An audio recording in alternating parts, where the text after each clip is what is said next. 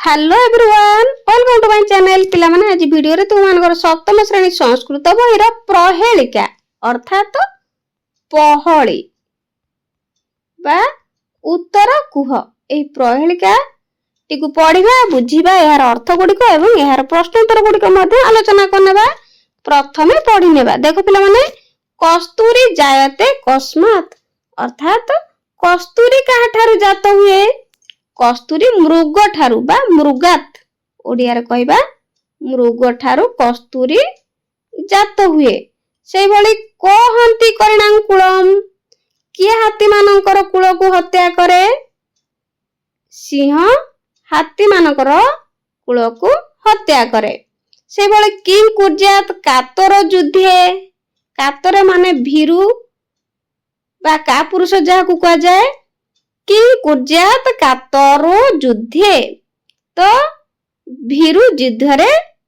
कौन करि पारे ना पलायन करि पारे एठी लिखिबो भीरु युद्ध रे कौन करे ना पलायन करे से भली मृगात सिंह पलायते मृग ठारु के पलाए ना सिंह पलाए बा पलायन करे। तापरे द्वितीय नंबर प्रहलिकाटी को देखो वृक्षाग्रवासी नच पक्षीराज त्रिनेत्रधारी नच शूलपाणी त्वग वस्त्रधारी नच सिद्ध जोगी जलंच विभ्रन्न घट न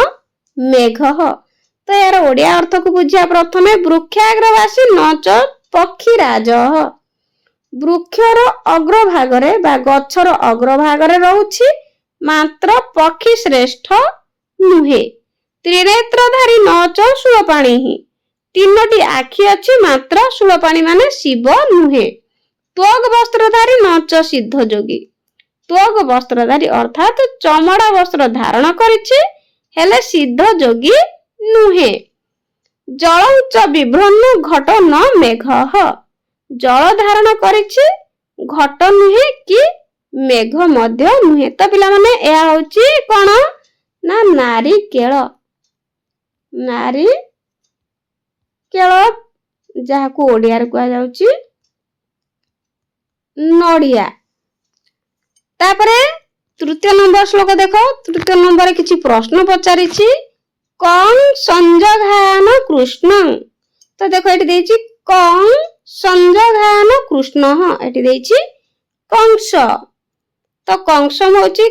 कंस को किए मारी थिले संजघान मारी थिले तो कंस को किए मारी थिले ना कृष्ण मारी थिले। तापरे का शीतल वाहिनी गंगा एठी ब्रैकेट रे देछि काशी तो शीतल वाहिनी किए ना गंगा से भली के दार पोषण रता है एठी देछि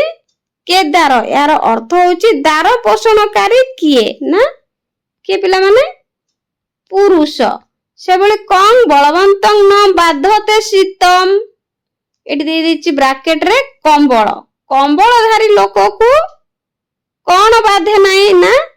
शीत बाधे नाही जे कंबल घोड़ेछि तो ताकू शीत बाधिबो नाही।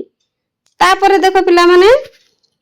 अपद दूरगामी च साक्षर न च पंडित अमुख स्फुट वक्ता च जो जानाति स पंडित अपद अर्थात पाद नाही दूरगामी पाद नाही किंतु दूर को गमन करे साक्षर न च पंडित पढ़ी जानिनी पंडित अमुख अर्थात मुख नाही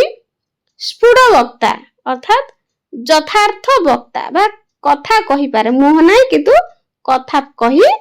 पारे तो जो जानाति स पंडित जे जानिति से होछि पंडित। तो पिला माने कुह पाद नाही दूर को गमन करे पढ़ी जानिने पंडित अटे मुह नाही किंतु बहुत कथा कहे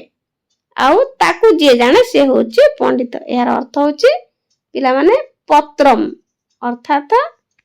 ओडिया रे होछि चिट्ठी। तापरे शेष श्लोकटी को जिबा न तस्य आदिनः तस्यांतः मध्ये जतस्ततिटस्ति तवाप्यस्ति ममाप्यस्ति जदि जानाति तद्वत् न अर्थात न तस्यार दिन अछि याकु संधि विच्छेद कले तस्य युक्त आदि युक्त न तस्य युक्त आदि युक्त न अर्थात ताहार आरंभ अक्षर होची न तापरे देइछि तस्यांत तस्य युक्त अंत ताहार अंत अक्षर होची शेष अक्षर होची अंत माने शेष अक्षर होची मध्य न आदि अक्षर न शेष अक्षर होची न तापरे मध्य यतस्त्य तिष्ठति मझी अक्षर होची य तो तवाप्यस्ति ममाप्यस्ति तुमर अछि मोर मध्य अछि जदि जानाछि तद्वत ताहले जदि जानिछ कहि दियो तो ताहा होची नयन। तो वर्तमान किछि शब्दार्थ गुडिक मध्य देइछि एगुडिक सब पिला माने भलो भाबरे प्रैक्टिस करनबो तापरे प्रश्न उत्तर को जिबा। 1 नंबर संस्कृतेन उत्तरं लिखतु संस्कृत रे उत्तर लेख कस्तूरी कस्मात् जायते उत्तर कस्तूरी मृगात् जायते ख करेणांकुलं कह हति करेणांकुलं सिंह हन्ति गरे कातरः युद्धे किं करति कातरः युद्धे पलायते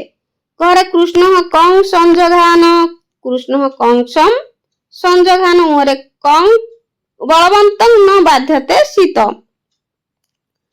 तो उत्तर कं बलवन्तं न बाध्यते शीतम। तापरे 2 नंबर शून्य स्थान पूरयतु शून्य स्थान पूरण कर एठी वाक्य मध्य रे दे देछि एठी तळे दे देछि पिला माने देखो एगुडी को आमे लेखिबा करे वृक्षाग्रवासी नच डैश तो नच पक्षीराजः एठी लिखिबो ओडिया रे पक्षी राजः से बोली खरे डैश नच शूलपाणी हि त्रिनेत्रधारी नच शूलपाणी क संजघान कृष्ण संजघान घरे डैश स्फुटवक्ता अमुकं स्फुटवक्ता उरे साक्षर नच पंडित। 3 नंबर मातृभाषया अर्थं लिखत तो मातृभाषा रे ओडिया रे अर्थ लिखिबा क संजघान कृष्ण काहाकू कृष्ण मारिथिले कंस तो उत्तर कंस जंघान कृष्ण तो कृष्ण कंस को मारिथिले ग का शीतल वाहिनी गंगा किए शीतल वाहिनी गंगा घरे का शीतल वाहिनी गंगा उत्तर काशी निकट रे प्रवाहित गंगा के दार पोषणर ताहा केउ माने स्त्री पोषणकारी धान खेत चरे केदार पोषणरता धान खेत पोषणकारी छरे क बलवंत न बाध्यते शीतम क्यों बलवान को शीत बाधे नहीं ज